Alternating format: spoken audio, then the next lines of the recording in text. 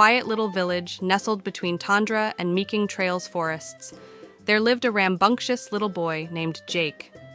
Jake was as curious as a cat and as adventurous as a pirate sailing the seven seas. His hair was a tangle of chestnut curls, and his eyes sparkled with mischief. There was just one little quirk about Jake that often led him into a pickle. He never listened to anyone's advice or directions. One sunny morning, as the village was just beginning to stir, Jake decided to go on an adventure. His mother, a kind and patient woman, reminded him to take his little compass so he wouldn't lose his way. But Jake, with a shake of his head, ignored her words, confident he'd find his way just by following the sun.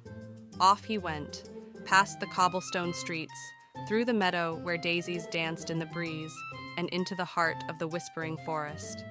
The birds sang melodies, and the trees swayed to the rhythm of nature's symphony. But soon the sun played hide-and-seek, ducking behind clouds, and Jake found himself amidst a maze of trees, unsure of the path back home. "Lost, are we?" a voice chuckled. Jake turned to see an owl perched on a branch, its eyes wide and knowing. "I'm not lost," Jake huffed. "I'm on an adventure." "An adventure is only good when you can find your way back," the owl hooted wisely. But Jake didn't listen, and instead wandered deeper into the woods. The day wore on, and Jake faced challenge after challenge. He crossed a stream that was wider than he thought, getting his clothes wet because he didn't listen to the rabbit who told him where the stepping stones were. He ate berries that turned his tongue blue, having ignored the squirrel who tried to warn him they were not ripe. As the sun began to set, painting the sky in shades of orange and purple, Jake felt a tingle of worry. He wished he had listened to his mother and taken the compass. He wished he had heeded the rabbit's advice and the squirrel's warning. Now, the forest didn't seem friendly. It seemed vast and uncertain. Just as the first star blinked open its eye in the night sky, Jake heard a gentle rustling. Out of the shadows stepped a kind old fox with a bushy tail and a coat as red as autumn leaves. "You seem troubled, young one," the fox said. "I didn't listen, and now I'm lost," Jake admitted, his voice barely a whisper.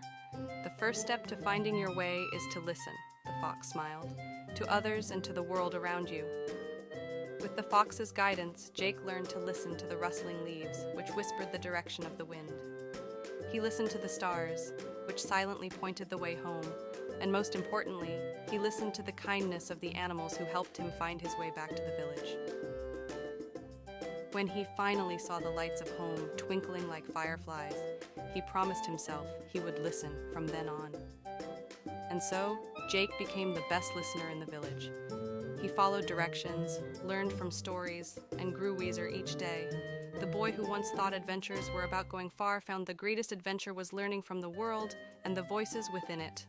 And from that day on, the villagers would often hear Jackie say, "Tell me more, I'm listening," and they would share their wisdom, knowing it was cherished.